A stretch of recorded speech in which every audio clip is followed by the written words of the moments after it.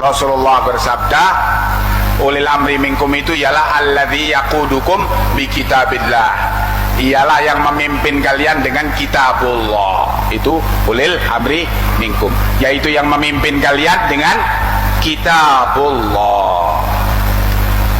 Adapun penguasa yang memimpin dengan kitab Darmo Gandul atau Gadulucu atau apa, ya itu bukan ulil amri minkum. Kalau tidak memimpin dengan kitabullah, maka bukan dia ulil amri minkum. Lihat, perhatikan baik-baik, saya garis bawahi. Yang di sini nomor 1 ada kata atiunya, taatlah pada Allah. Yang di sini ada kata atiunya juga. Yang di sini ada nggak? Perhatikan cara menafsirkannya, perhatikan. Taat artinya ketaatan mutlak. Ketaatan mutlak. Jadi jangan tanya, kalau Allah sudah perintahkan jangan tanya lagi. Kalau Rasul sudah mintakan jangan protes lagi, lakukan saja. Apa yang kita pandang buruk boleh jadi ada kebaikan di situ. Jelas sampai sini? Nah, karena itu digunakan kata apiu. Tapi kenapa ketika pada ulil amri cuma ditambah waw? Taatnya tidak ada.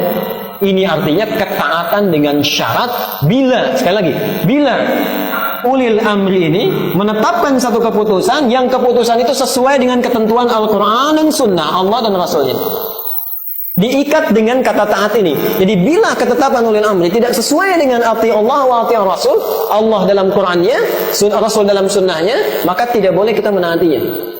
Dan keliru kalau mengatakan kalau misalnya salah ya ikut kita salahnya. Kalau sudah salah jangan diikuti. Tapi ulil amri yang macam mana? Ulil amri yang para ulama kudama dulu itu bertanya, berfatwa, itu adalah para ulil amri yang masih menerapkan Al-Quran dan Sunnah dijunjung tinggi sebagai hukum pemerintahan. Itu yang ulil amri. Coba lihat dalam Majmu'ah Al-Fatawa oleh Syekh Islam Ibn Taimiyah ketika beliau mengatakan ulil amrinya umat ini adalah seluruh pemimpin-pemimpin yang memegang urusan umat bi kitabillah wa sunnati rasulih, dengan kitabullah dan sunnah rasulnya. Syekh Abdullah bin Abdul Aziz bin Bas di dalam kitab beliau Wujubu Tatbiqi Syariatillah, kewajiban menerapkan syariat Allah Subhanahu wa taala, mengatakan dengan tegas bahwa siapapun pemerintahannya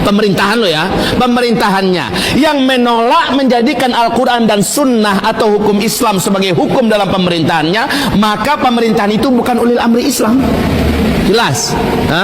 Walaupun pribadinya orangnya Muslim, silakan. Tapi pemerintahan ini pemerintahan yang ulil amri dalam minkum enggak. Dia tidak termasuk sampai pemerintahan itu menerapkan hukum-hukum Islam atau pemerintahan itu menjadikan Al-Quran dan Sunnah sebagai asas pemerintahannya. Khalas. Lah kalau di sini asas pemerintahan bukan. Jadi kalau ulil amri minkum ya ulil amri minal ladina amanu. Dari kitab-kitab tafsir riwayat tentang siapa ulil amri itu, kurang tadi. Ulil amri minkum, orang-orang yang memegang urusan di antara kamu sekalian, namanya minkum itu ya diambil dari kalangan orang-orang yang beriman, dipilih oleh orang-orang yang beriman, dan untuk kepentingan orang-orang yang beriman, tidak untuk kepentingan di luarnya. Sedangkan pemerintah Indonesia ini yang milih kan bukan orang-orang yang beriman saja. Yang dipilih dari kalangan bukan dari kalangan orang yang beriman saja. Untuk kepentingannya, untuk kepentingan bangsa Indonesia yang tenan loh ya. Kecuali yang para koruptor tadi menjual aset-aset negara ke luar negeri, apa itu? Untuk kepentingan luar negeri itu. Nah, itu macam itu. Jadi bukan itu, tapi ulil amri minkum minal ladina aman. Kalau dari ulama silakan baca yang punya kitab-kitab tafsir. Cuma ada dua pengertian ulil amri minkum itu. Satunya dari Ibn Abbas, satunya dari Abdullah bin Mas'ud. Apa itu? Satunya mengatakan itu adalah ulama, pewaris Nabi dan Rasul. Yang lainnya mengatakan itu adalah umara. Yang dinamakan umara itu adalah amir-amir yang mendirikan aturan Islam, syariat Islam.